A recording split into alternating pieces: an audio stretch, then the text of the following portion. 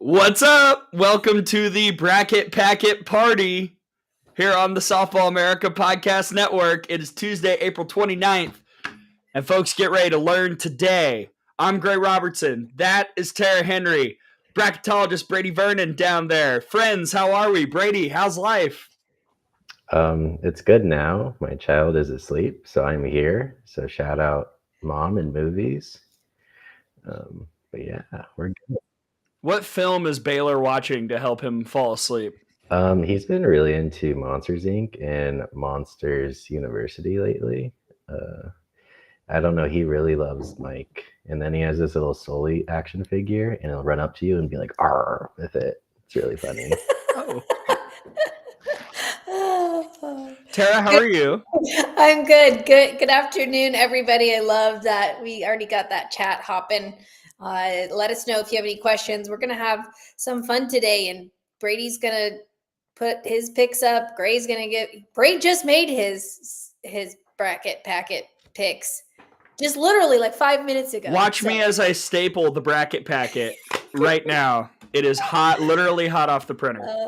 But let us know where you're tuning in from. And if you guys have any questions, please put them in the chat and we'll try and get them up here on the show. Super excited to have another bracket packet party with you all. Yes. It's awesome. And we're going to dive into it. Again, like Tara said, please say hello in the chat, but we're not going to beat around the bush because we do have a little amuse-bouche, if you will, prior to, the bracket party. We're popping the champagne. We got the buffet line going, but you got to have something at the pre-party that really amps up the people. You know what I'm saying? Yeah. Yeah. You're with me? So I get it. Amuse-bouche. The amuse-bouche. Yeah. It's flanch. So I agree, Blades and Banter Pod. I will trademark bracket packet, but I cannot trademark amuse-bouche because it is an actual word. Our starter for the bracket packet party, the thing that's going to get the people going, is a conversation that Tara had with Oklahoma's Sam Landry. Tara, do you want to say anything before we press play?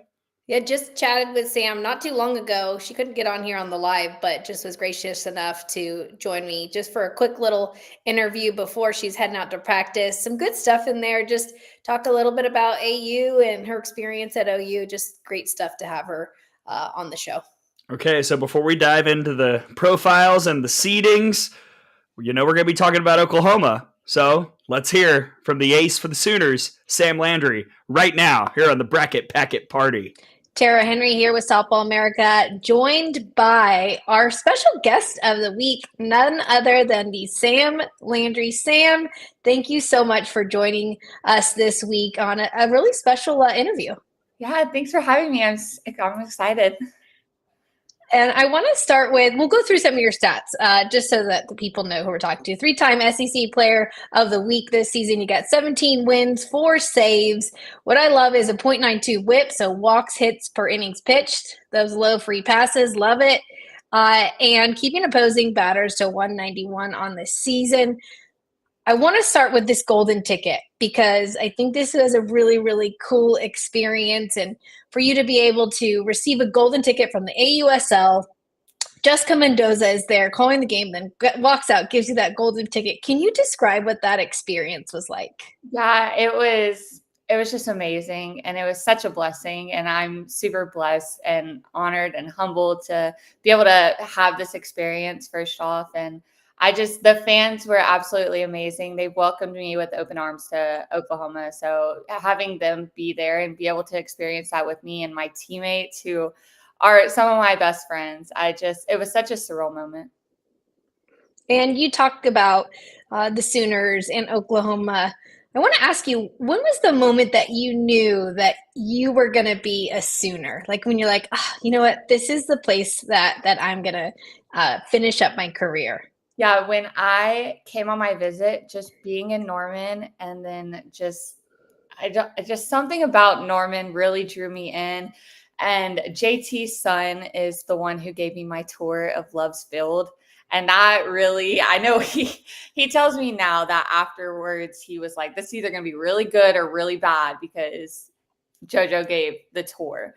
And I am such a big family person that I thought it was absolutely amazing that his son was even there. So I think that was a really big selling point. And then just the legacy of Oklahoma and the coaching staff and everything they have to offer.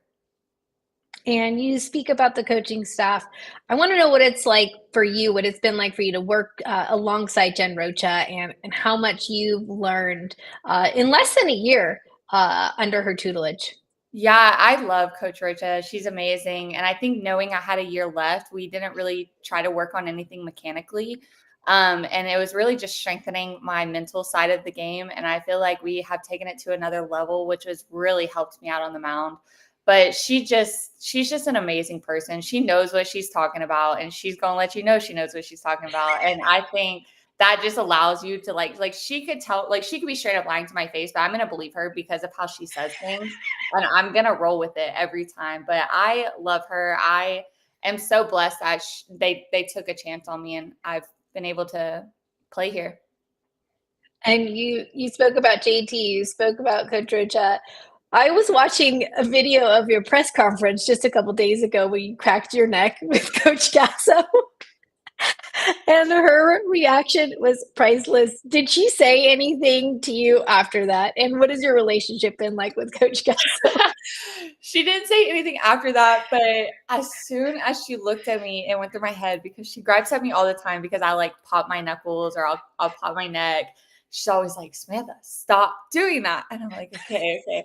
So the fact that I did that in the press conference, my heart stopped when she looked at me. And that's why I was just like, I'm so sorry. Like, I don't know what to do. But no, I think me and Coach have a really good relationship. I love being able to talk to her. We joke all the time. We have so many inside jokes that I think anybody on the outside may not expect her to joke like she does, but she's honestly one of the best people I've ever met. And she just brings so much light to the field. I love that. And next one, what do you love most about playing at Love's Field?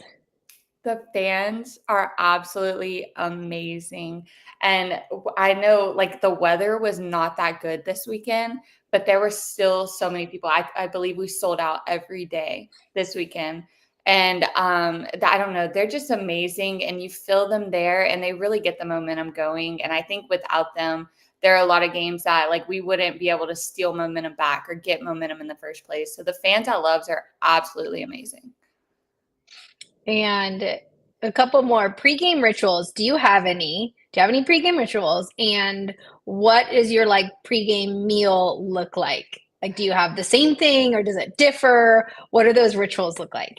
No, yeah, it kind of differs. My pregame meal kind of differs. It's kind of whatever they get us for that day. So I kind of just go with the flow on that. I do normally have one Red Bull before every game. And that's just because I unfortunately do have a caffeine addiction.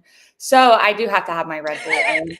But other than that, I wouldn't think that anything else really stays the same. I kind of just go with the flow. And along those lines, what's your favorite place to eat in Norman? That's a good question. I've kind of fallen in love with Neighborhood Jam out here. It's a breakfast place, but I've gone a few times in the last few weeks, and I'm just like, I kind of keep wanting to like go back to it. I love that. And last one, growing up, who did you look up to or who did you want to emulate your game after as a young softballer? I would definitely say Jenny Finch was the one that I always looked up to, but like she had that perfect arm circle and I knew I could never achieve that, but she's just amazing in so many ways. But definitely Jenny. And I've gotten to work with her a few times over the years, and she is just one of the most humble, down-to-earth people you will ever meet and gives so much back to this game. And like I know one time that I worked with her, I actually went to her house over Christmas break. And she let my little sister tag along to kind of watch and see how it was working. So I love Jenny with everything in me. And yeah, she was definitely always that person. She's still that person for me. That's so cool. Well, best of luck this week. We're so excited to see where you land in the AUSL and draft this week. Congratulations on all your success. I just want to thank you so much for being such an incredible role model to the softball players out there. And thank you so much for joining me this week on this special interview. Yeah, thank you. Thank you for having me. All right, that's it. Sam, Landry, we'll head on back to the Bracket Packet show, and we'll see you guys over there. All right. Thanks, Tara. And thank you, Sam Landry. He put his specs on. Yeah. So I decided, look, we're in class. So I joined the Bracket Packet party with some glasses. Oh, I love it. How great is Sam Landry? That was awesome. Samantha Landry. And talk about a player who has gotten better, has developed and now is having the best season of her career at Oklahoma. Just well-deserved golden ticket for sure. Absolutely. I love that. Sorry, it's weird because there's three of us, so I was going to let Brady jump on in here. I'll just say your name, Brady, when we're ready to go. Brady, what are your thoughts? Yeah, no, it's been awesome to kind of see her grow, and that was her biggest thing. And I know we've had our discussions about the pitching behind OU, but I mean, she's definitely came into that role and been the lead dog. And I think going into the postseason, we'll kind of see the same aspect the way OU used Jordy Ball and Kelly Maxwell last year as well. And also, she's right now our number 4 pitcher in our position power rankings. If you want to see that on the website too, shameless plug from me all the time. I love it. A tease. I love that. Hey, James agrees. Awesome, Tara, he says. Super chat. Woo! Super chat. We need a super chat. Super chat challenge, maybe? I don't know. Ooh, yeah, we can do that. I don't know I don't trust the AI music. What I do trust is the bracket packet. The picks are written now, and I made a change in the 7-minute interview. I looked at it again and said, nope, switch. Wow. Okay, so everybody, if you could download the bracket packet on the site, is that correct, Brady? So on the website, you can watch us from YouTube at the same time. And in the article, the bracket packet is there. And if you want to download it per PDF, you can do that. But that way you can have us up on YouTube and see the bracket packet at the same time. That's right. So pull up the bracket packet. It's got all the info that over the years I have gathered that the committee cares about, except for how you finish. So, because we don't know that yet. They haven't finished. And no, Fang, the PDF is still correct, but the picks are not included. The rankings, the order on the bracket packet is ordered by RPI. So I did make one flip while I was looking at it. And I was like, nope. I'm gonna go with what I thought I should have done, and keep it there. So it's not at the top. I'll say that. That is what I feel good about. Sorry, Greg. I just put the link in the chat. Is my Wi-Fi off? You're fine. Yeah, okay. I think you're fine. Yeah. Link is in the chat. So head on over there. If you can find the bracket packet over there and you can download it. Again, has all of the information that Gray has put together for y'all. Okay, so we're going to go seed by seed. And we're going to start at the top. Brady, who do you have at number 1? Like our top 25 poll, I have the Oklahoma Sooners and the number 1 overall seed. It's very, very hard to not look past the non-conference strength of schedule. However, my thing with that is, the top 10 wins after sweeping Texas are just so impressive. They're tied with the top 25 wins as well. And I've kind of said this all season long. I think Oklahoma is going to get the benefit of the doubt from the committee going away from the SOS simply because they're the 4-time defending champs. And if they're going to finish the way they finish, like at a series win at Florida, like it's going to be really hard not to see how they get number 1 to me. And that's why I have them there. Okay. Greg, who's your number 1? My number 1 is Texas A&M. And this is where I dinged Oklahoma a little bit for the non-con SOS. Again, in case you're curious, I'm not saying Oklahoma don't play nobody because the overall SOS is 25, but non-con SOS is 182. And I think that I don't think Oklahoma is going to get hardcore punished like we've seen teams be, put them down at the 8 or the 9 or something crazy. But I could see that right now being something that precludes them from being the number 1 team, especially since the top 50 and top 25 wins are the exact same, with Texas A&M, and A&M's got a better overall SOS and significantly better non-con SOS. And A&M doesn't. They both had the same bad loss to Missouri. So I think that right now, outside of a top 10 wins, A&M's profile is all the way stronger. So I had A&M at number 1. Well, and I do think as we get into the next 2 weeks here, what's going to be really interesting is how they take into account the SEC tournament and what's going to happen in that SEC tournament. Is it going to matter how you finish? What happens there? Go ahead, Brady. Yes, I also want to establish this before as we get into this. When I do mine with the seeds, I also account for the whole field of 64. And so I also have to put into the automatic bids. And so I do have to pick someone who would win the SEC tournament. And so in this aspect, I did pick OU just because I go by the RPI with the regular season standings. And so usually you get a bump if you win that tournament as well. So that's another thing for me. That's a little bit different because I don't think Gray does that at all. Right. And so it just makes it tough because I do have to do it for everyone else in the smaller conferences. So I have to do it for the Power Fours as well. Good caveat, Brady. Yeah. Let's go to number 2. Well, and I'll say this as well. If OU wins the SEC tournament, they will be the number 1 overall seed. So I'm with you, Brady, on that. Number 2 for me is Oklahoma. So if that's the chip, sure, go for it. I've got Oklahoma as the number 2 overall seed. Brady, who do you have? So we're flipped. I think A&M's entire just resume is just very, very good. Kind of like you commented, we've always seen that the number 1 RPI doesn't move a whole lot away from number 1. I think like the lowest is sometimes 3 in the last recent years, but everything's there for A&M. Last year they kind of got dinged for their non-con, if I remember right, and that's just not the case this year. And they have plenty of opportunity to finish well too with Arkansas this weekend. Yeah. So that's easy. Number 3? The Florida Gators. Same. Yeah. Oh, Figured. I disagree. Tara's like, I want to fight. No, and once again, like it's another thing. Like in history, we haven't seen the RPI 2 team move very far away from 2, whether it's 1 up or 1 down. Top 25 wins are there. Really good strength schedule, really good non-con. They don't have as many top 25 wins as the rest, but I mean, 1 or 2 feels just very minuscule in these type of things. So that one felt pretty easy. It's the next few that felt a little bit tougher going forward. With Florida, the number 1 strength of schedule for me was pretty significant. Again, they don't care about records against top 10, top 25, or top 50. It's the number of wins and no bad losses. So that was pretty easy. Number 3 overall seed.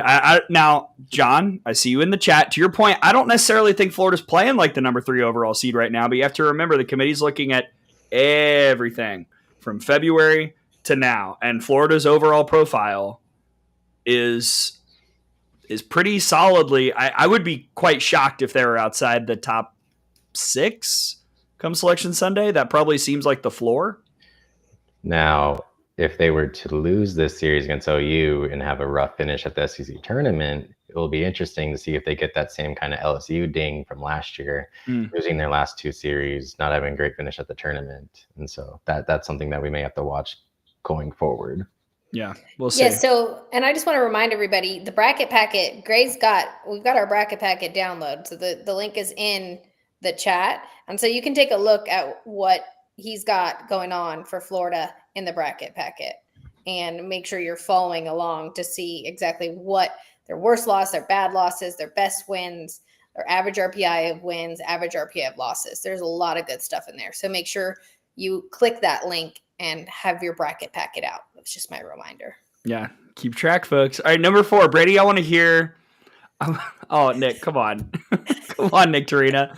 I do not hate anyone. I don't know what the chat would look like with the 3 of us, but I'm not opposed to putting it up. And just grab my coffee.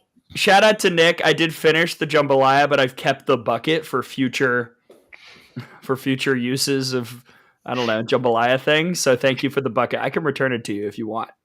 But no, I'm with you. All right, Brady, who's your number 4? Is this right? The Hookums, yeah. Ooh. This one was tough. there's a lot of things on the Longhorns resume that aren't that great. Obviously, they have a lot of the top 25 wins, but they don't have a ton of the top 10 wins. Same thing with OU. They have a non-con SOS over 100.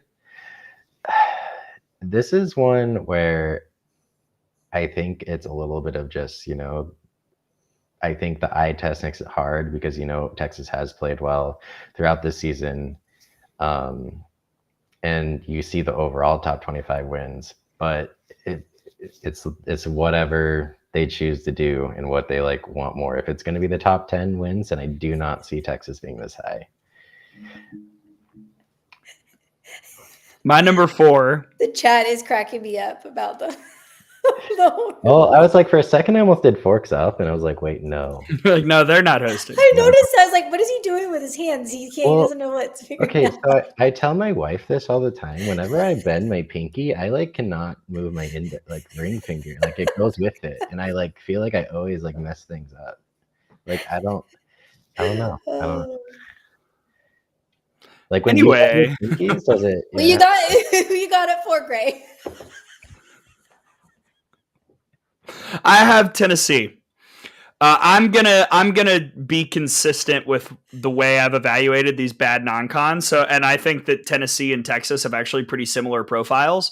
So I have Tennessee at 4, Texas at 5, and I gave Tennessee the edge because of the non-con SOS. And again, I've eased off of my 2019 philosophy of head-to-head has to matter. That's a very football thing to say, but these profiles are so similar. I kind of think that Tennessee winning 2 at Texas might be enough to just get them a little over the edge when there's so much similarity here. So I had Tennessee at 4, Texas at 5. We're flipped again. Yeah.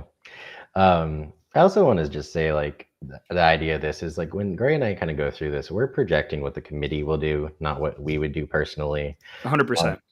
And as much as we kind of narrow down the aspects of this, I kind of like to say that the committee is playing a backyard game with a big brother. They get to make the rules and they don't have to follow them. So it makes it really tough to narrow down exactly what they're going to do. So I like that analogy. I've never heard that before. Thank you. I've thought about it while I was getting ready today. And I was like, remember this. It's good stuff. Wow. And again, just a reminder, Michael in the chat, Tennessee is 15-11 in quad 1. Again, it's not the record. It's the amount of wins. I've got it on there just for reference, but again, there are a lot of things on here that I just have for reference that the committee is not necessarily utilizing when they make these selections. I've got conference record on here. They couldn't give less of a darn about what your record is in your league, and we've learned that over the years. So 4 Tennessee, 5 Texas. Brady, 4 Texas, 5 Tennessee. Yes. Okay. Number 6. We're gonna go out west for the first time. I have UCLA there. Me too. Oh my god! You guys agreeing on the Bruins? Tara, what do you think of UCLA? We've already gone over this week. I know. What's crazy is we've when we text about this, we never match up like this. No. So of course the one week we don't share. Listen, I just know the Bruins played a pretty difficult pre-conference slate, well knowing that was their strength of schedule was going to go down. I remember seeing them in Clearwater, and they've got a lot of tools to be able to do some things. And what Megan Grant and Jordan Woolery are doing there is just out of control. And then just super impressed with Addison Fisher in the circle, the freshman coming in and really just taking over that staff, and Taylor Tinsley and Caitlin Terry. So they got all the tools. And I do think when you take a look at the RPIs at 4 right now, is that still at 4? Yep. I do think that's a good spot for the Bruins and beneficial if you can potentially host a super. And I'll add this as well. This feels like a pretty good line of demarcation on the seeding list because UCLA's got less top 10, less top 25, and more top 50 than Tennessee, but less than Texas. This feels like kind of a good break, between the top 5, and then we kind of start talking about 6, 7, and 8, and everybody else in that possible supers hosting. So, that was kind of a natural. As I was ordering it, that felt like the right spot and almost the perfect spot. I feel like UCLA is a lock to host supers, but I kind of think maybe 5 is the ceiling. Yeah, and to both of your points, like the thing with like the break in the metrics and stuff, and to like the analogy is like sometimes you just got to get like a vibe on this, and we've talked about it. Like we just don't know if the committee is going to do 7, 8 SEC in the top 8. It just feels like they're not going to do that, and like UCLA feels like the most worthy, especially looking at all the metrics and such. And to Tara's point, like that's the biggest difference between like UCLA and Oregon's resume is UCLA knew it had to do something different in the non-con, switching from the Pac-12 to the Big Ten. And when you look at like the non-conference SOS, like that's just the biggest part of the resume difference between the two Big Ten teams and such. And the way they counteracted, like leaving the Pac and what the Pac would do for the RPI and stuff. And so I think Oregon's still going to overcome it, but that's going to be the reason why Oregon's not even considered in the top 8. Yeah. And for both of you, I know this question has been asked across multiple platforms, and we don't have to get into it now, but there are questions about the KPI and the DSR rankings. So I think we can get into that in a little bit, maybe after we get through 8 and talk a little bit about KPI and DSR. I'm good with that. Okay. Where are we? Number 7? Time. Brady, who do you have? I think this is Arkansas. Me too. God. Arkansas is a really tough one for me. I think they could definitely be higher. They just don't have the amount of top 25 wins compared to everyone else. But the other thing is they have 8 top 10 wins because they're all inside that top 10 because of all those road series they've won so far. And so it goes into like, if the committee is going to value those top 10, you could see Arkansas go up pretty high.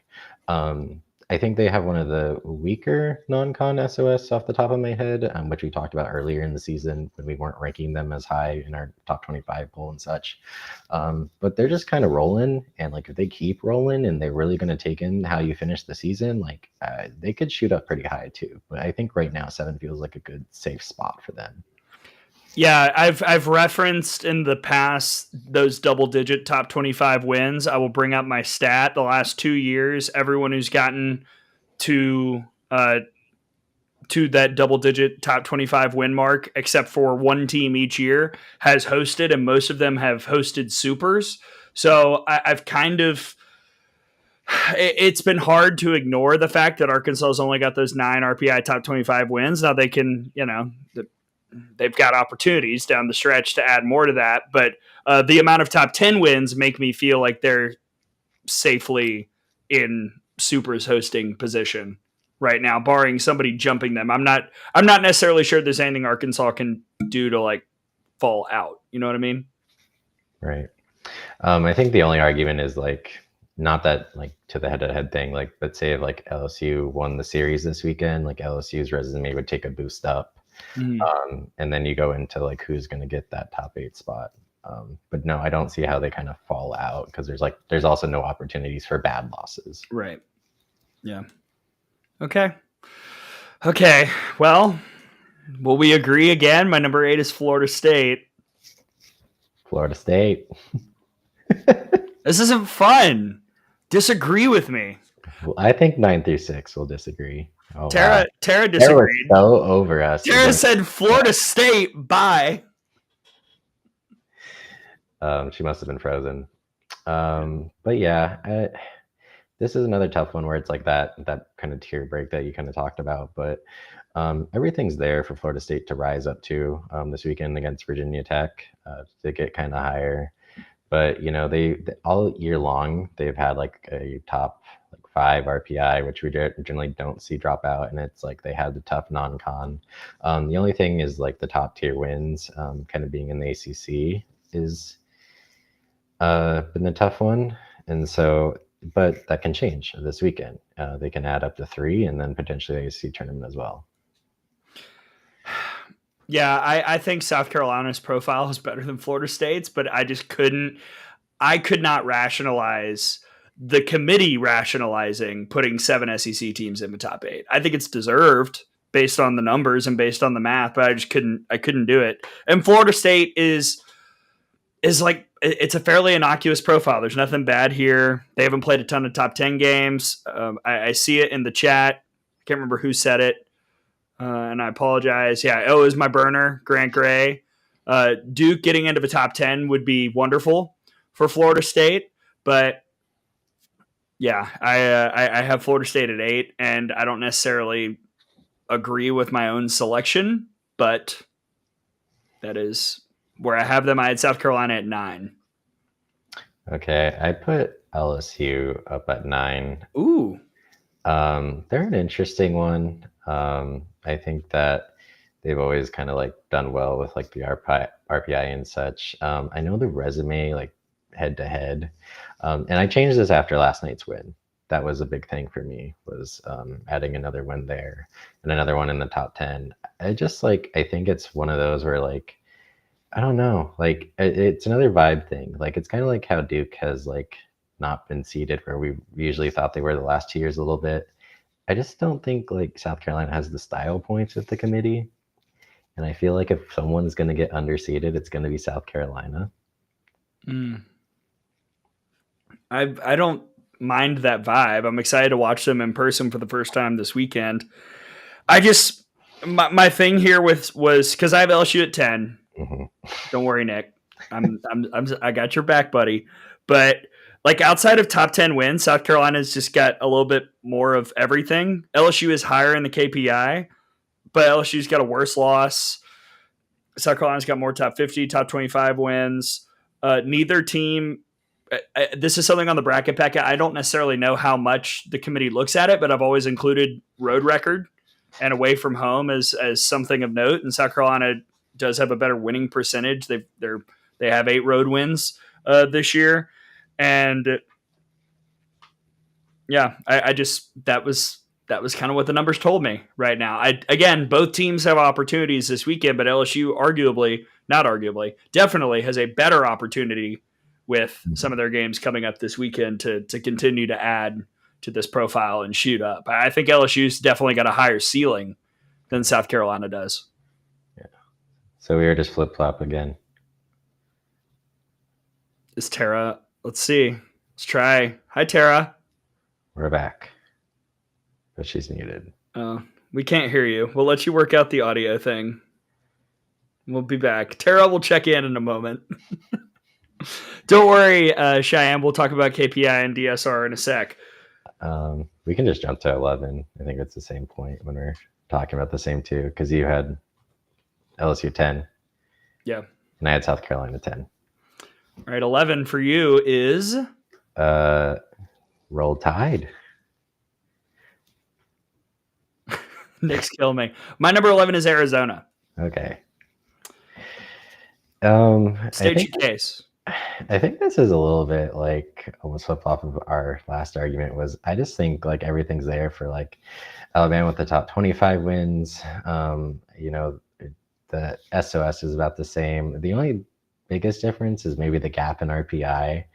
But I think it's just like I don't know. To me, it just felt like the numbers just favored Alabama, and I just don't think I know it doesn't truly matter, but the fact that Texas Tech just kind of ran away with the Big 12 I think that's just something that I couldn't get out of my head, even though that probably doesn't matter at all, but that's just me. Yeah, I did Arizona, even though significantly less RPI top 10 wins, which I can see as a reason for Alabama to be ahead of Arizona. Arizona's got more top 50 wins, a better, worse loss, and some of their best wins are a little juicier than Alabama's and a little bit more, I guess, multiple, plus there's head-to-head. And also a better non-con SOS. So that's why I had Arizona at 11, Alabama at 12. And Amanda, hello. Let's recap what we've got up to this point, because we just went through 11 and 12-ish, right? Is Arizona your 12? Yeah. So I've got Texas A&M 1, 2 Oklahoma, 3 Florida, 4 Tennessee, 5 Texas, 6 UCLA, 7 Arkansas, 8 Florida State, 9 South Carolina, 10 LSU, 11 Arizona, 12 Alabama. Brady? Yeah, again, mine's pretty similar, but OU at 1, Texas A&M 2, Florida's 3, Texas 4, Tennessee 5, UCLA 6, Arkansas 7, Florida State 8, LSU 9, South Carolina 10, Alabama 11, and Arizona 12. I just want to pop up this message from our dear friend Nick Torina. I think as the committee works, we should get to live chat with him too, just saying cosign 100% would be great. Brady's nodding, so I'm going to assume that means he agrees. Although I think they'd be a little more violent with the committee than us, to be honest. Yeah, Vinny, our old pal Vinny, I think has picked up. That was not. I did not mean to do that. I, like the committee, do not look. But I'm just kidding. I actually don't look. I just order them. But yeah, I couldn't help but notice as I pulled the sheet back. Oh shoot, UCLA, Arizona, and Supers. Whoops. Yeah, mine was close. I was like, oh, hello. Yeah, but I will say that my regionals, now that's where the drama really is. Ooh, now hold tight. We'll get there, and we'll also answer all your questions. Carol Luca, I see you asking about South Carolina. We'll talk about some of those questions in just a little bit. I want to make sure that we motor through everything. Starting with our 13. My 13 is the Clemson Tigers. Okay, I threw up Oregon this high. Okay. This is another one that's just, they're the toughest one. I mean, everything there in front of me is Oregon is a very, very good softball team, but the non-con SOS is bad. They don't have necessarily like bad losses outside of the LMU one, which I don't. Oregon State is a bad loss. Oregon State, yes, I forget about. Yeah, that's a 152. That'll crush you. I also in my head always say the ASC one is a bad loss because they didn't face Kenzie Brown, but obviously the committee is not going to know that. But another thing here is with Oregon is I have the projected Big Ten winner, and so they're going to probably pick up a couple more wins. Maybe run into a chance of UCLA or Nebraska. That was another big thing is Oregon didn't get a lot of help with the Big Ten schedule. Like UCLA at least got Ohio State, who is kind of where we're in. But this to me is just like the overall hosting bubble is weak. And so I think enough of Oregon's eye test and just them being good and the RPI being in a really good spot in my mind is going to get them there. I will say it is kind of funny. I think if you go look at the selection day for 2017, I think Minnesota was RPI 13 too, or something like that. And obviously for those that don't know, like Minnesota was like ranked first in a lot of polls and then didn't even host that year because of like a really bad resume overall. And that's kind of like what Oregon's doing right now. A lot of people compare to, but the biggest thing for them is that their top 25 wins are all top 10. And that might be their saving grace. That's key. So I've got Clemson 13, Oregon at 14. And the Oregon profile is really hard. And, you know, I see he's talking about Oklahoma, but it applies to Oregon as well. Will's comment, OU beat the doors off a non-con SOS, use the top tier competition to separate, and OU separate from everybody, in my opinion, etc. But if we're talking about non-con strength of schedule, and even if you've won those games, if it's a bad non-con SOS, the committee has shown that if it is bad, you can win all the games and they will still ding you. Again, 2019 Alabama, undefeated in the non-conference, but non-con SOS in the 90s. And that's why they were the 8th seed and why, according to the committee, that was their ceiling, even though they won the SEC by 4 games.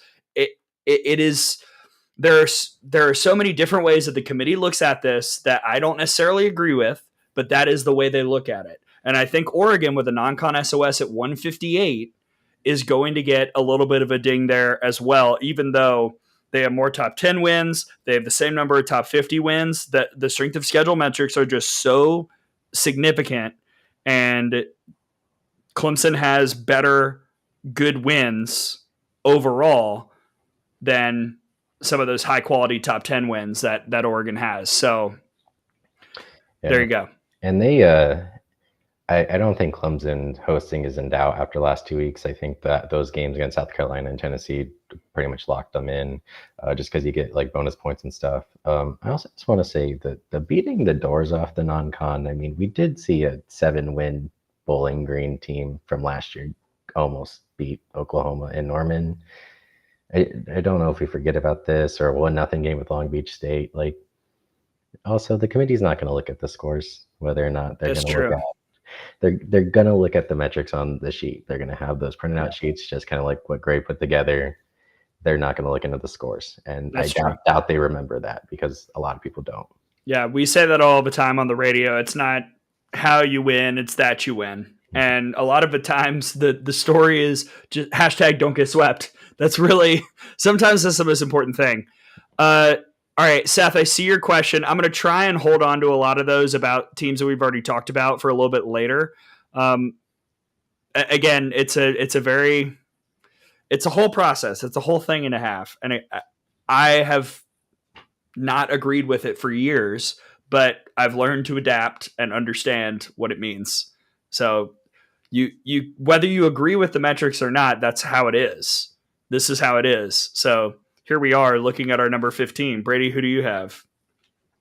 Sorry, I zoned out. Actually, real quick, let's bring back in Tara, who I think has it working. Hi, Tara. Hi, guys. I don't know. Can you hear me? Yeah. Oh, that's great. I just was looking at the chat. I was just hanging out looking at the chat, and Amanda Scarborough wanted a review for those that are just joining. Did you guys do that while I was? Yeah, we did it after 12. We'll do it again once we get through the 16. Yeah. We're at 15, right, Brady? You got your 15? I have it here if you need it. So this was our biggest disagreement from last week, but I'm doing it again. I have Texas Tech hosting, which is very against my typical rules. If you go look at like the adjusted RPI on Selection Sunday last few years, like generally you've needed an RPI of 18 or better to host. There hasn't been one like in a worse subject, and Texas Tech isn't there right now. But I just think Texas Tech does have the non-con strength of schedule that benefits them, and even though they don't have the double-digit top 25 wins, they do have 7 at this point. As long as Nebraska holds on, that could fluctuate because Nebraska is 25 at RPI as of right now. So they're big Cornhusker fans going forward. I think the other thing with me is, once again, I am projecting them for like the at-large bid with the Big 12. They could potentially pick up another top 25 win or two if they play Oklahoma State or Arizona. This weekend, they do play BYU, which could help with quad 2 wins that don't really factor a ton, but keep in mind But could they? If they sweep BYU, then that would probably knock them out of the top 50. Yeah, just fun things. I will say that it does help. What was hurting Texas Tech earlier in the season was their Big 12 schedule after Oklahoma State was really bad. They're playing all the bad teams, like the bottom barrel teams. And so their normal SOS has gone up the last couple of weeks, playing like ASU and Arizona and now BYU. So I think that's going to help them. But I do think that if they want no doubt, they're going to have to win the Big 12 tournament. I'm going to flash this question from my burner for you real quick, Brady, since you brought it up. What is the biggest difference between RPI and adjusted RPI on the nitty gritty? So there's a lot of like little factors, but the biggest thing is the bonus points. So you get like non-conference bonus points if you beat like the top 75.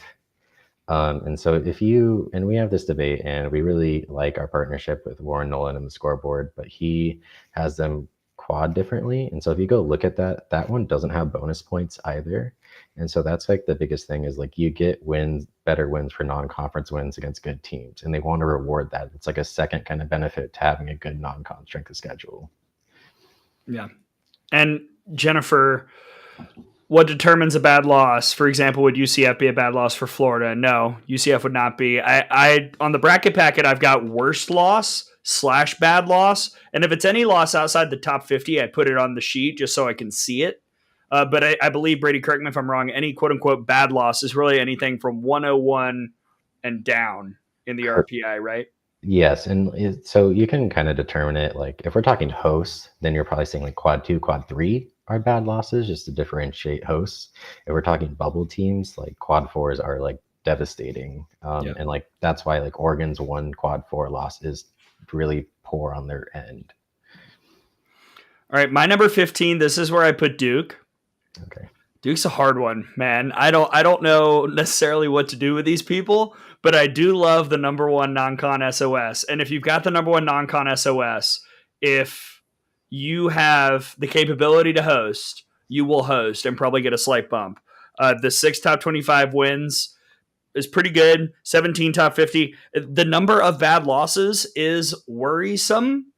Pitt, Notre Dame, NC State, Syracuse, Northwestern is, it's on the sheet as bad loss. They're outside the top 50. So, I see Fang referring to clean sheets. This one is dirty. This one needs to take a shower. But I think that number one non-con SOS is going to be enough to have Duke pretty okay. But I would still finish the year strong. Blue Devils, don't muck about. Let's win. Let's win before the committee makes choices. Duke is going to be the team that hosts the committee was watching games in February and not right now, because that Duke's February is going to be the reason why they host a regional. That run with the Mary Nutter and then that Florida win is going to be the difference. But yeah, listen, watching Duke play right now, it's not the prettiest thing in the world. But you close your eyes, you look at the sheet, it's fine. It's fine to host. Yeah. All right, number 16. I finally acquiesced. I've done it. I have finally opened my heart.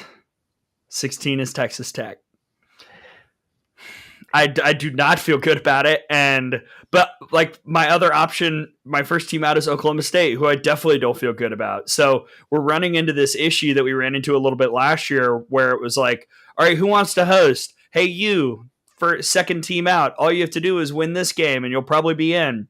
And then they didn't. And Oklahoma State is just falling into the same trap. They're just not winning games and they're losing games they don't need to. And Texas Tech has been pretty consistent, especially in these last couple weeks. Arizona State loss, that's much more damaging last year than it is this year. This year, it doesn't do much to you at all. So the 7 top 25 wins, the non-con SOS is worse than Oklahoma State's, but not bad.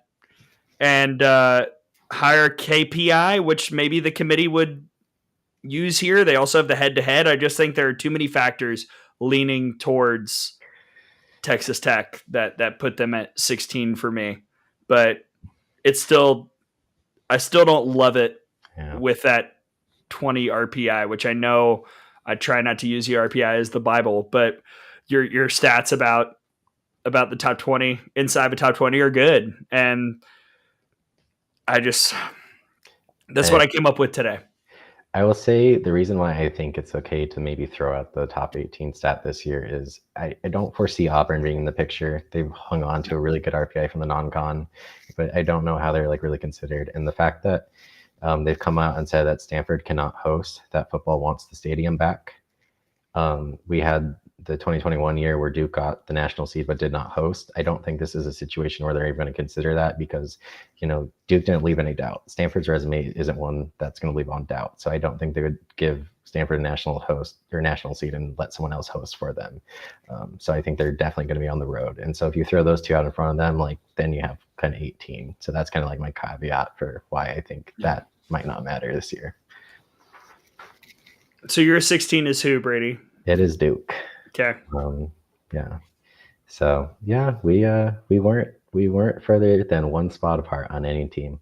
That's not bad. I'll read my first 4 out real quick. I've got in order: Oklahoma State, Virginia Tech, Auburn, and Stanford. Maybe this is our time to talk about the Hokies and what is ahead, because they arguably, we talk about all this, but in terms of literally, are you hosting or are you not?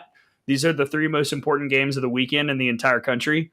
And they play Florida State this weekend at home. Win, Hokies. They're talented enough, but there's just not enough good on the sheet to warrant being in the top 16. Yeah, and to kind of put it in perspective how good beating Florida State is, Louisville's 1 win over Florida State this past weekend, and you won't see this because their RPI is closer in this perspective, but they jumped 5 spots in the RPI with 1 win. Yeah. So if they were to win the series, they're going to jump in the RPI pretty good. They're going to add to the resume. And, that's all it takes is to get hot these last 2 weeks. I mean, if we go back to, I think it's 2020, 2023 when Utah made it. Like, I think they were like 22, 23 in the RPI before the last 2 weekends, and winning the Pac-12 tournament. Like, it's still there for Virginia Tech, despite the ugly series loss to Pitt and what that did to them. But yeah, you got to win this weekend, and you got to win 2, at least 2. Yeah. All right, we're going to take your questions now. Please send them in the chat. We will pop them up on the screen and answer them. Real quick, Brian asks, Auburn over either Mississippi school. I will say the bracket packet is welcoming to all, but we did boot the Mississippi schools this week. So Ole Miss and Mississippi State are, in my eyes, right now not in contention to host. Yeah, kind of the same. I had the same, like, next 4 out, next 3 out as Gray. And so Auburn's series win after, again, South Carolina got them back into the picture. Now they still can definitely do more to their resume, just because, you could do crazy things at the SEC tournament, and all eyes are on the SEC tournament.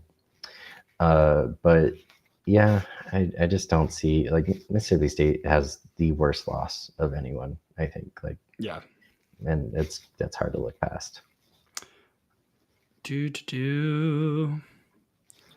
Doug, okay, here we go. We're going to teach some people today. The non-con SOS is not as important as in-conference standings.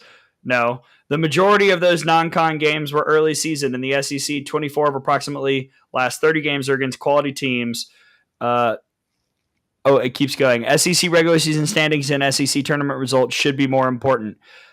I don't necessarily disagree with that last statement, but again, that's not how the committee looks at it. Non-con SOS has been a major sticking point for a really, really, really long time. And then they'll look at overall SOS.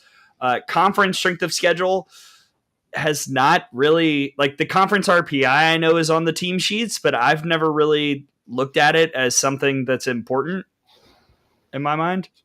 No, yeah, agree with all that. And like I said, like, if you asked us how to do this, we'd have a lot different ideas, but we're 100%. We're trying to guess what other people are guessing, and these people aren't. You know what? I'm gonna hold my tongue on that. These people probably aren't watching softball games as closely as the 3 of us do. Yeah. Well, I mean, whoa. Do we though? Depends. Your thoughts? Gray, if you send me your picks, I'll put them up on the ticker. I was right. way back here producing for you guys. We do watch a lot of softball. I will say that. Like, we do watch a lot of softball. Maybe they should, like, ask one of you to be a consultant on the committee. I want to do the mock committee thing. If we do it in football and basketball, why have we not done it with softball? Who do we need to call? I had some friends at the NCAA, but they all left. Explain the mock committee. So that's when media members will go meet with the CFP people and basically go through the entire process of how they come up with the playoff bracket and everything. And I would love to do that for softball. Yeah, I would be incredibly down. It's a really cool experience, actually. My professor at ASU was, like, kind of like biggest mentor, Paula Bolden. She was on the selection committee. She was your professor? Oh yeah, she's she was my biggest mentor at ASU. I did not know this. Yeah. Okay, I'm sorry. Proceed with your story. And, when Grace asked me to intern, that's the first person I asked was Paula. Yeah. Wow. And so she actually got a lot of ASU students to go on the mock committee and stuff, and it's a really cool experience. Very cool. Okay, I'm going to flash Seth's question about Texas A&M that I referenced earlier. Is it a red flag for Texas A&M that when it comes to the current top 6 teams in the SEC, they've either not played or lost? Not played OU, Texas, lost to Florida and Arkansas, with the Tennessee series remaining. Yes and no. Yes, in would I pick Texas A&M to win the national championship? Probably not. In terms of seeding, not really, because, again, as I kind of jokingly said earlier, but I also firmly believe the rule of the day in the SEC is # don't get swept. And as long as you don't get swept, that means you're picking up one quality win. And if you just get that one, that still adds to the total. So again, you lost a series to Florida and Arkansas, but that's still 2 RPI top 10 wins right in there. And even if they lose the Tennessee series, I don't see a world where A&M drops lower than 4. Yeah. Yeah, no, like when it comes to the number one RPI, like it does not go far. Like it does not drop down far. At least historically, it would be unprecedented. And like, I love everyone's questions with the critical thinking and like this or that, and like the things that I think should truly be considered. But as much as I'm trying to be nice about it, like these things are very surface level. Like they think about it on the very surface level. They don't get into the weeds of things like this. Like they look at the team sheet and they might go a little bit further than that, but I don't think they go much further. All right, I'm looking at.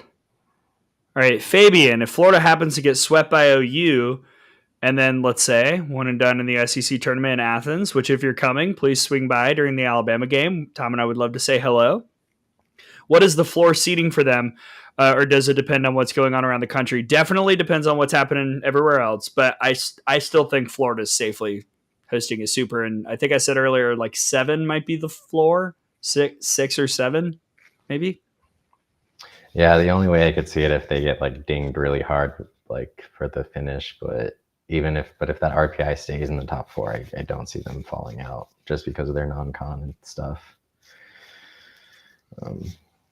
What else we got? They want us to talk about KPI and DSR. Yeah, let's talk about. All right, go ahead, Brady. So the biggest thing with RPI, and the thing that's the issue, is RPI is fluid. So like what we're saying is Texas Tech needs a route for Nebraska to stay in the top 25.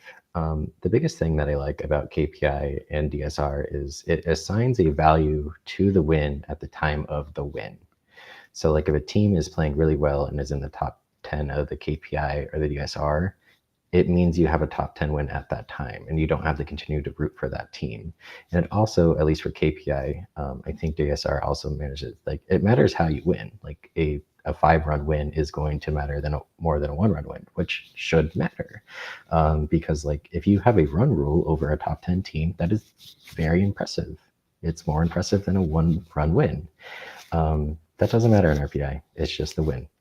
And that's like the biggest thing to me is like, I wish like we just key on more when it happens, when it wins. Like there is the awful thing where like you shouldn't be rooting for them. And then like if there's an injury, like if there's a major injury to a team and they fall out, the team that beat them should not be punished for that. They got like my biggest example is like, say like Washington was in a spot last year where they got that win against like Jordy Ball before she got injured or stuff. Like that win with against Jordy Ball matters a lot more than a team in Nebraska that struggled down the stretch without her. Like these things should matter, and that's why like KPI and like like there's like home and away matters more. I know in basketball they care like more about like an away win, like that factors into the quadrants and stuff. We don't have that in our RPI. And so there's so many little aspects and metrics that just make it so much better and fluid and come out. And yeah, I just think overall, and I know JT Gasso is very vocal about those too. And Tara and I, like, we had a lot of input into DSR in our former stop. And so we do know a lot about it and questions. And yeah, I think those two are very great metrics and I wish they're included more. And I know the committee talked about possibly including them into them last year, but there's no substance that we know of about where it comes into. Yeah. Yeah. I trust me, I was looking for KPI. I was like, I want to see the clues where, and I think we're still a little bit away from truly using KPI as a reference. I think the way that we're talking about this has impacted some folks. Marty, you guys should pick the new Pope. Works for me. And Elijah asks, okay, so all these SEC hosts, where do the SEC schools not hosting go to? Brady, but let's talk about the rest of your bracketology. Where are some of these other SEC teams going? So this is my headache. This is my worst nightmare every single week. So for those that don't know, the committee tries to bust teams that are 400 miles within like certain like regionals to save costs and stuff. And so we see a lot of repeats. We see UCF go to Florida State or Florida every single year. The issue is that we have 14 SEC schools and 16 regionals. So that means that there's only going to be 2 regionals without SEC teams. It makes it very, very difficult to, like my last 2 projections, Cal or Stanford could bust the UCLA, but I need to find a home for another like flying SEC school. And so like in my latest like projection, I have, let's see who's flying. Old Miss is flying to LA. I actually have UCF flying to Texas. Oh. Because I need Mississippi State to drive to Florida State, because that's another SEC school that needs like a spot.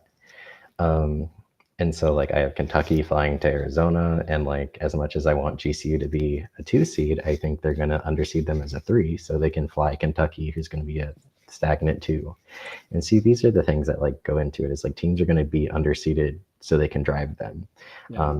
GCU should deserve a 2 seed. I truly believe that. But if they want more teams to drive and fit where these SEC schools need to go, like Kentucky has to fly somewhere, because that kind of like area where Kentucky and Virginia Tech is, there is just nowhere to drive, and it makes it very, very difficult. And so this is my nightmare all the time. If Duke hosts, Georgia has to go there, because Georgia can't. No other SEC team can bus to Duke except for Georgia. And then so we see Auburn at Clemson, and so these are the things you have to factor in. And Gray's really going to hate this, but because of all these different parts, Nebraska flies to Alabama.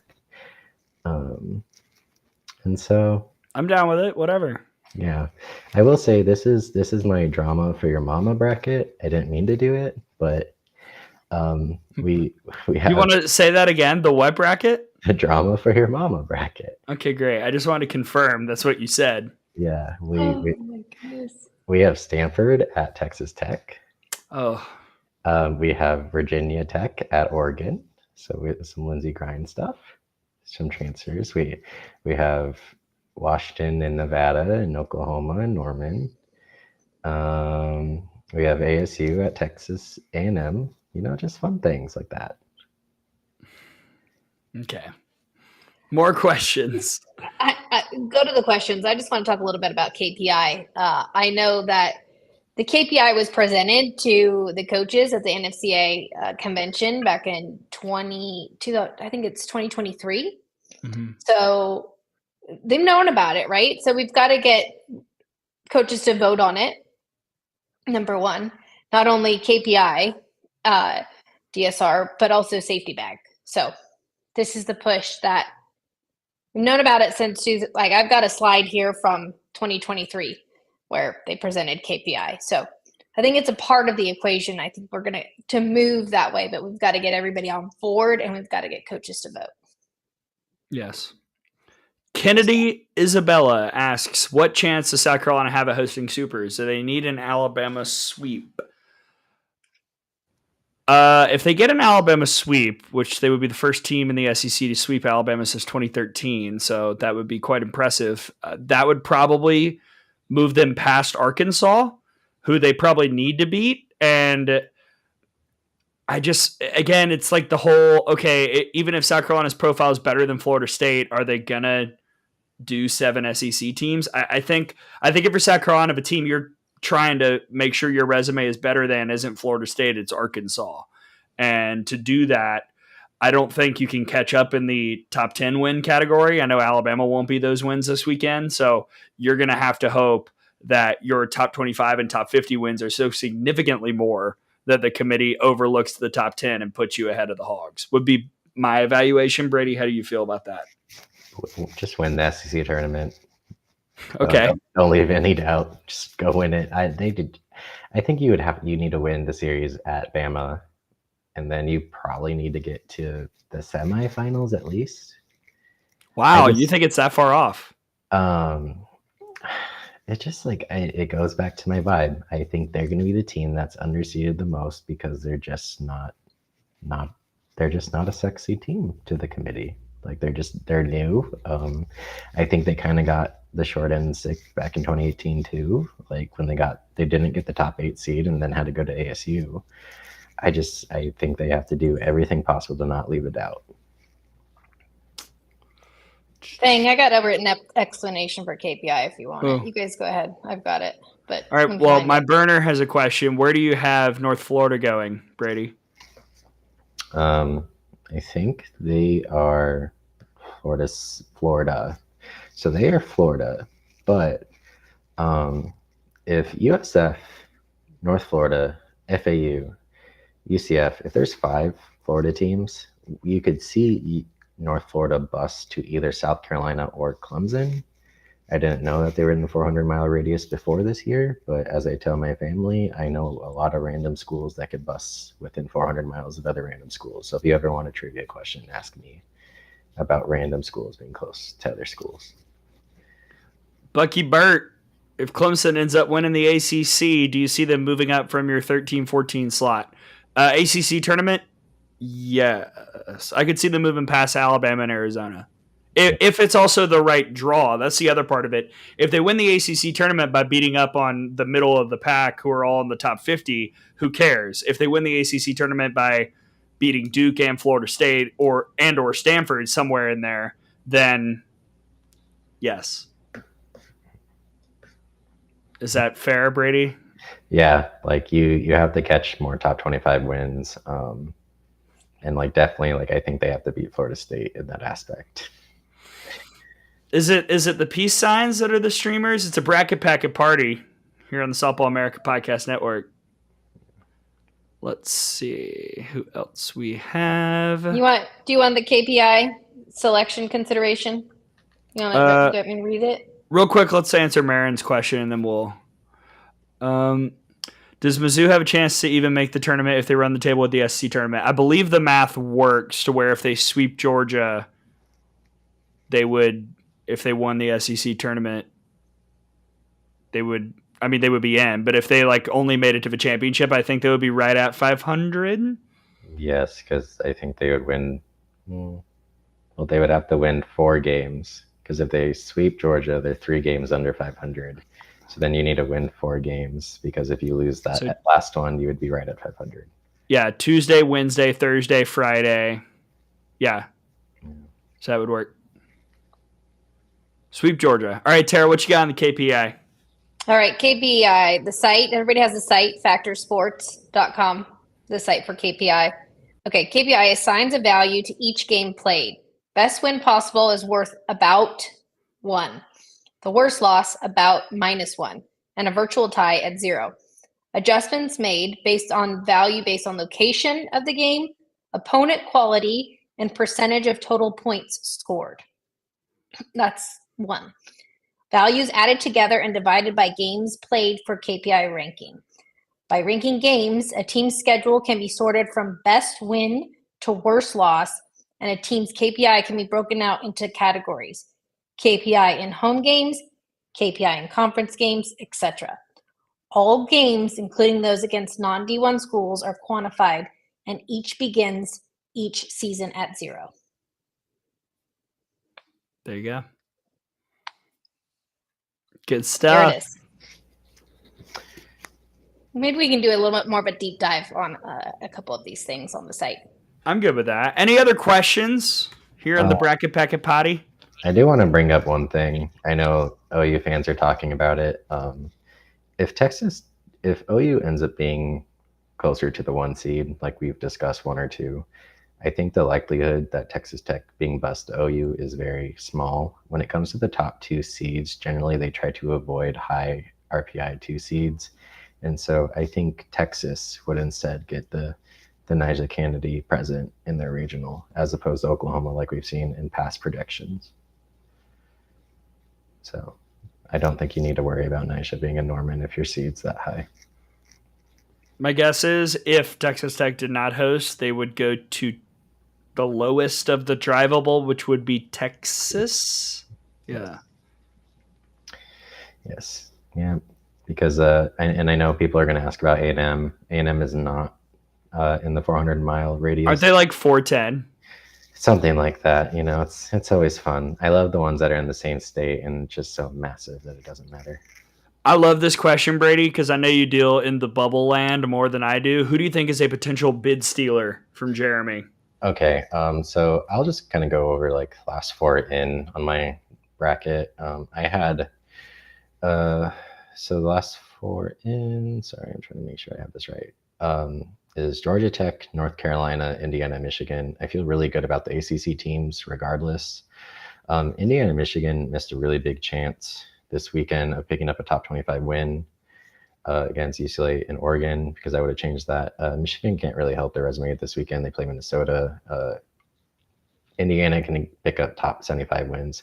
The biggest thing for them is they need to hope that GCU wins the WAC, because as much as I think GCU would be an at-large, they only play quad 4 teams going forward. And so one bad loss could put them on the bubble, and then majors don't get the benefit of the doubt. And then the American, if FAU doesn't win or USF, that's a potentially bid stealer. And then anyone in the Conference USA that isn't Liberty. So probably the WAC, Conference USA, and the American are the potential. Sun Belt? I have Coastal Carolina as my first team out because they have 5 quad 4 losses after dropping the series to JMU this weekend. And the Sun Belt is very hard to project a winner because there isn't a ton of great teams in the RPI. Coastal Carolina is the highest. And if you saw my tweet, the top 4 teams in the standings of the Sun Belt all lost their series this past weekend because the Sun Belt is just crazy this year. I would like to send a shout out to my girl Molly Fichtner at ULM. She's got the Warhawks in position.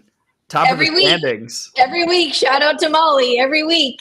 Molly Fichtner, Jack Fichtner, manager at Alabama. We're going to go see Sinners this week because I'm going to make him come with me. I cannot wait to see that movie. I love it. Shout out to Molly and ULM. All right, there were a couple others. Again, Grant Gray. What are Louisville's chances of making the tournament? Brady, that had to have improved with the win over Florida State on Sunday. That's what day that was. Yeah. Yes, like I kind of mentioned earlier in the show, their RPI jumped 5 spots. But I don't think they have many opportunities to help themselves. I don't know where they stand in terms of the ACC standings and qualifying for the ACC tournament. They play Pitt this weekend, who is 100 plus RPI, and so they're not going to help themselves either way. And if you lose one, it's probably a death sentence. The other thing is they're also on the 500 bubble. They're only 1 game above 500. But so they probably need to sweep Pitt and then do some work in the ACC tournament and make sure you make the ACC tournament, because I know that they were on the bubble last time I checked of that. I will say what I love about the ACC, every daggum year, there's one team outside the top 100 in the RPI who's like, my job is going to be to ruin the tournament chances hosting or just getting in for other teams. Last year it was Syracuse. They just would beat teams. And it's like, my gosh, look what you just did to Virginia Tech. This year it's been Pitt. Pitt has done some damage to that conference and to some teams who had some big goals.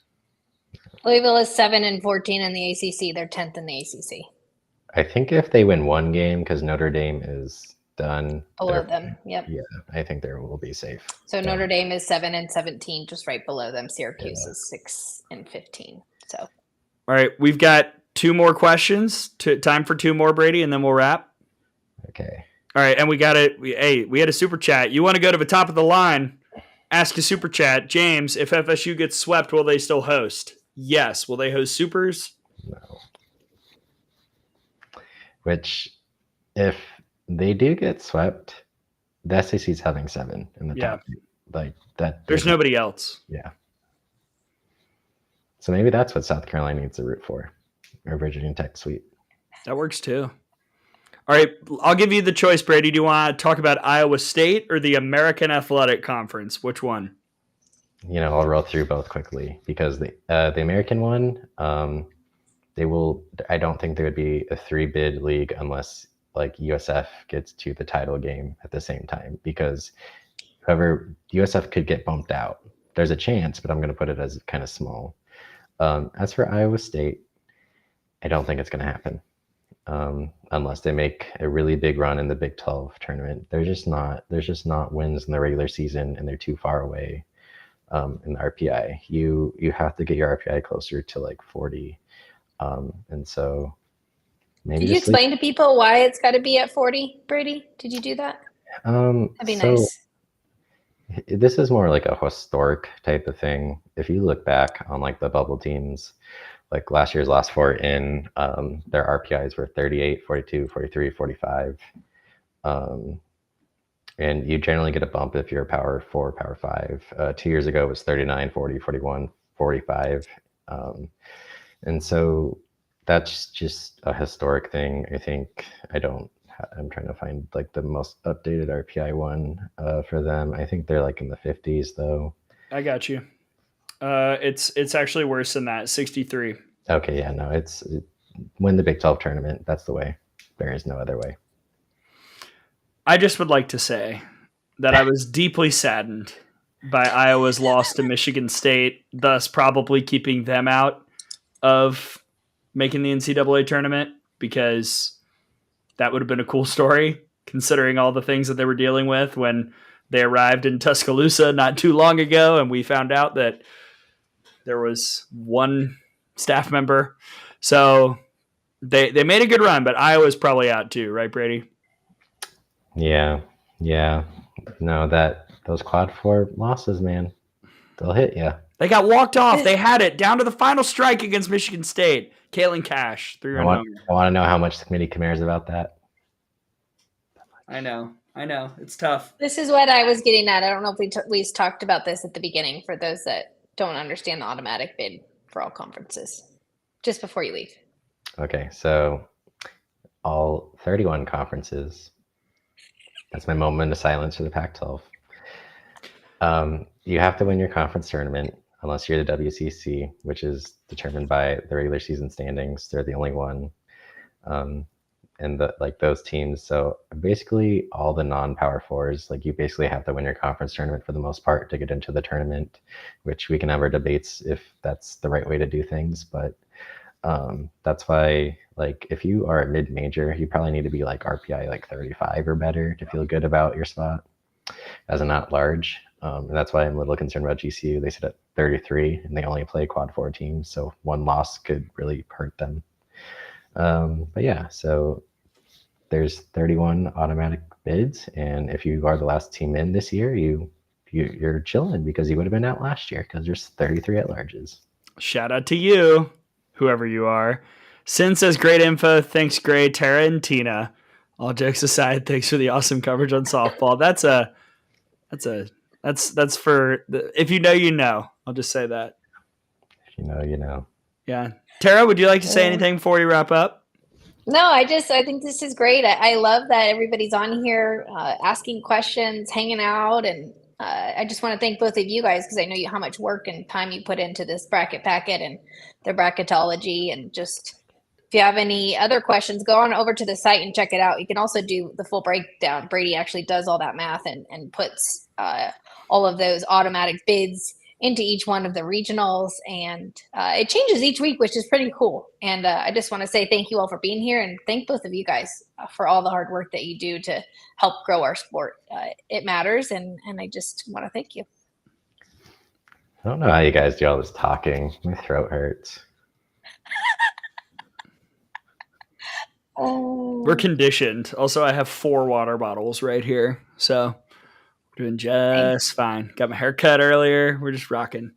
Thank you to everybody who's tuned in to the Bracket Packet Party, April 29th edition. We'll be back next week. When we're back, honestly, depends on what day Alabama's playing in the SEC tournament, because that will decide when I go to Athens and when I don't. So stay tuned. Carol Luca, yes, I will be in Columbia this weekend. Very excited to get some of the Divine Cinnamon Roll Deli and maybe bump into Ashley Chastain Woodard there, since apparently she goes there all the time. So, yeah, see you in Columbia. And thank you, everyone, for commenting and asking questions and, you know, not necessarily agreeing with all that we say, but understanding that this is how the process goes. That's the thing. Like, again, Brady, I know we've talked about it privately. Like, we don't necessarily love the way it's done, but this is the way it's done. So here we go. Yeah. Well, that's all you. Nothing to add? You, Brady. I'm resting. That's fine. All good. For the great bracketologist extraordinaire and father of Baylor, Brady Vernon. For the Bruin, who's a little too hard on him, according to Twitter, Tara Henry. I'm Gray Robertson saying so long. Thanks for joining us on the Bracket Packet Party. We'll see you next week.